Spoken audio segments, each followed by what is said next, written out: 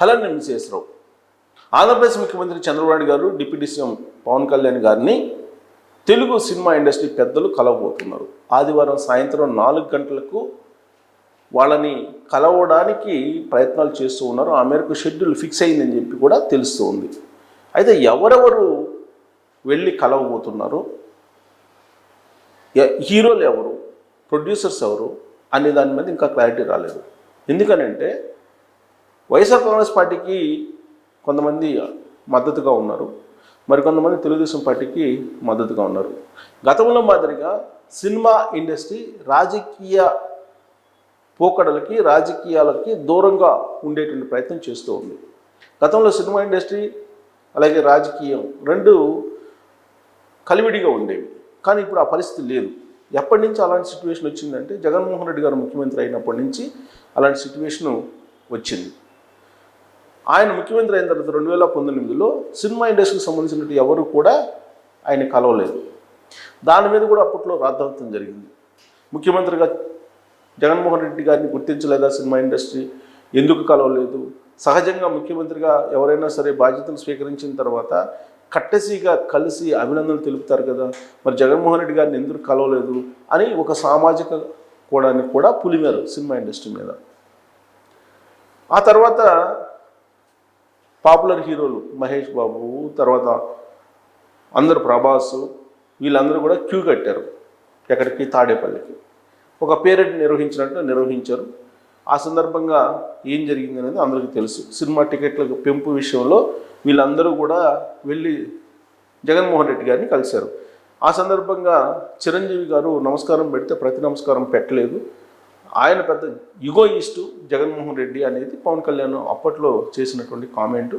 ఇప్పుడు కూడా అదే చెప్తూ ఉంటారు. సరే, ఆ తర్వాత సినిమా టికెట్ల విషయంలో కొంతమంది జగన్మోహన్ రెడ్డి గారి దగ్గరికి వెళ్ళి ఆ సమస్యను తాత్కాలికంగా పరిష్కరించుకోగలిగారు. సినిమాకు సంబంధించినటువంటి డిస్ప్యూట్స్ అయితే కొనసాగుతూ ఉన్నాయి. ఆ తర్వాత మా ఎలక్షన్ జరిగినాయి. ఆ మా ఎలక్షన్స్లో డైరెక్ట్గా వైఎస్ఆర్ కాంగ్రెస్ పార్టీ మంచు ఫ్యామిలీకి మద్దతు ఇచ్చింది. మంచు విష్ణుని మా అధ్యక్షుడిగా చేయడానికి సర్వశక్తులు ఒడ్డింది డైరెక్ట్గానే. సరే, అక్కడ కూడా ఇప్పుడు మంచు మనోజ్కి తెలుగుదేశం పార్టీ వాళ్ళు కూడా మద్దతు ఇచ్చారు. సరే, ఎట్టకేలకు అతను గెలిచారు. ఆ రోజున ప్రకాష్ రాజ్ పోటీ చేశారు వ్యతిరేకంగా. అతను స్థానికేతరుడు అనేటువంటి ఉద్దేశంతో సినిమా ఇండస్ట్రీ ఎక్కువ మంది మంచు విష్ణుకి మొగ్గు చూపి మా అధ్యక్షుడిగా గెలిపించారు.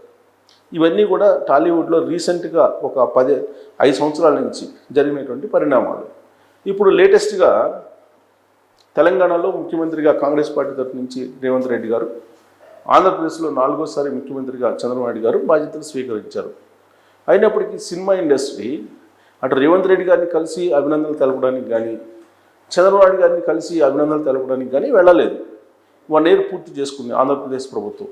12వ తారీఖు 1 ఇయర్ అయిపోయింది. కానీ సినిమా పెద్దలు మాత్రం కలవలేదు. పైగా ఒక సంక్షోభాన్ని క్రియేట్ చేసిన ప్రయత్నం చేశారు థియేటర్ల కోణంలో.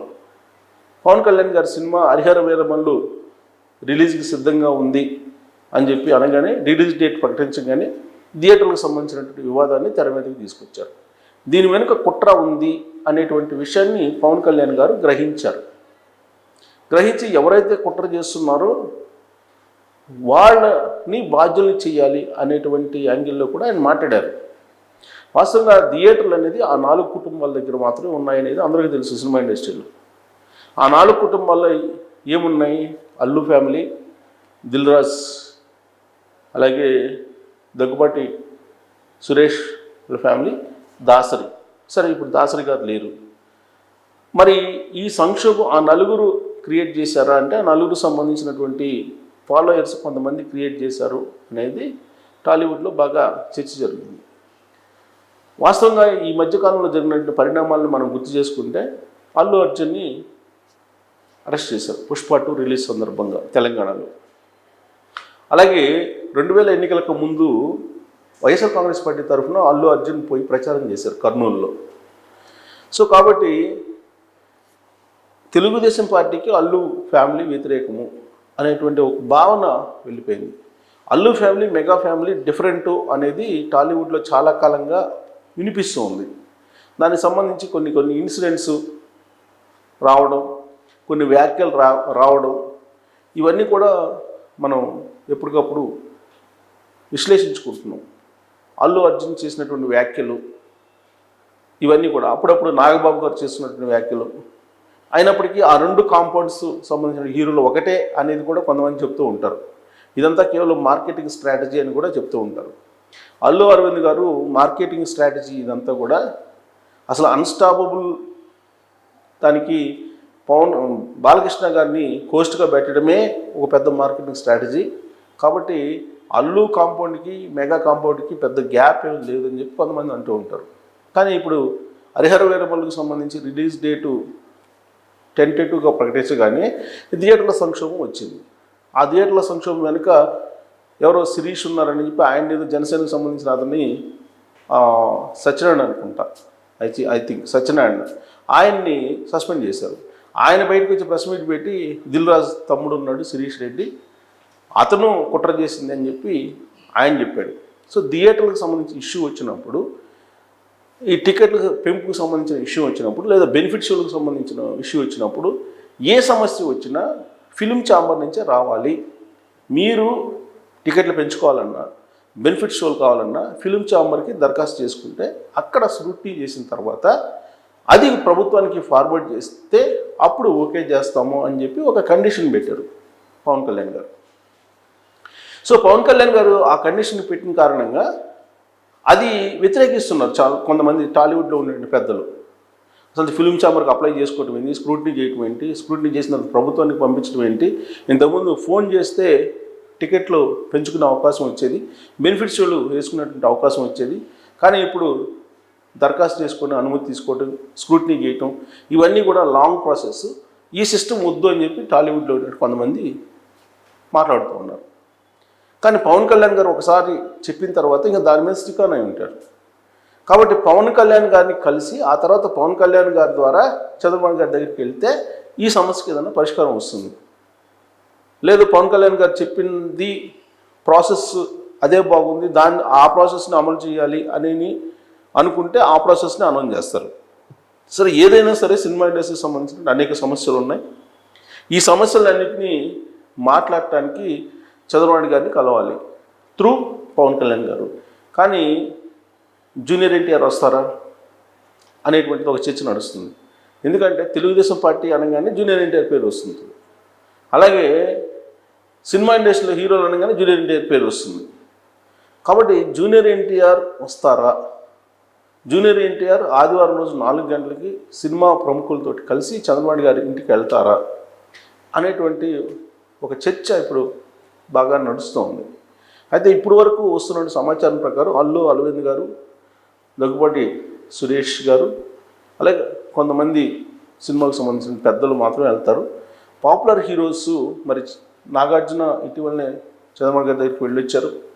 ప్రభాస్ కానీ లేదా మహేష్ బాబు కానీ ఇలాంటి వాళ్ళు వెళ్ళేటువంటి అవకాశం ఉండకపోవచ్చు, వాళ్ళ షెడ్యూల్స్ అడ్జస్ట్ కావట్లేదు అనేది చెప్తూ ఉన్నారు.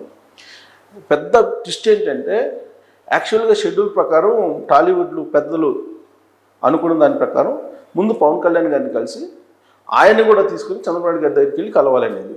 కానీ షెడ్యూల్ అడ్జస్ట్ కావట్లేదు, బిజీగా ఉన్నారు. పవన్ కళ్యాణ్ గారు కూడా స్కిప్ అయ్యే అవకాశం ఉంది, ఆయన షెడ్యూల్ బిజీగా ఉంది కాబట్టి నేరుగా సినిమా పెద్దలు చంద్రబాబు గారిని కలుస్తారు అనేది కూడా కొన్ని వెబ్సైట్స్ ద్వారా, సినిమా వెబ్సైట్స్ ద్వారా ఇప్పుడు న్యూస్ వస్తూ ఉంది.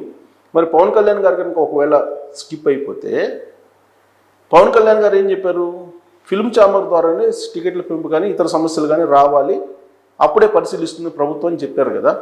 అలా కాదు, ఫోన్ కాల్ తోటి మన సమస్యల పరిష్కారం కావాలని చెప్పి కొంతమంది అంటున్నారు కదా.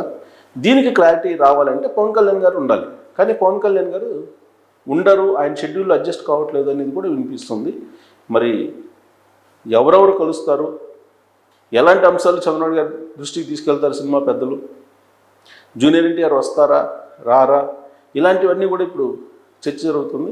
ఏదేమైనా ఆదివారం సాయంత్రం 4 గంటలకి ఎవరెవరు హాజరు కాబోతున్నారు అనేది స్పష్టత వచ్చే అవకాశం ఉంది. అప్పటి వరకు మనం ఇది జస్ట్ చర్చకు మాత్రమే పనికొస్తుంది తప్పితే వాళ్ళు ఇప్పటివరకు అఫీషియల్గా లిస్ట్ అలాంటి వాళ్ళు హాజరవుతారనేది ఇవ్వలేదు. వాళ్ళు ఇచ్చిన తర్వాత మరొక వీడియో ఖచ్చితంగా మీకు ప్రజెంట్ చేసేటువంటి ప్రయత్నం చేస్తాను. ఇప్పటివరకు అయితే పవన్ కళ్యాణ్ గారు కూడా స్కిప్ అయ్యే అవకాశం ఉందని అంటున్నారు. మరి జూనియర్ పవన్ కళ్యాణ్ ఇద్దరు కనిపించకపోతే ఆ సమావేశానికి, ఆ మీటింగ్కి మరి సీరియస్నెస్ ఉంటుందా, లేదంటే సినిమాకు సంబంధించిన సమస్యలు పరిష్కారం అవుతాయా అనే దాని మీద మీరు కామెంట్ చేయండి. Thank you.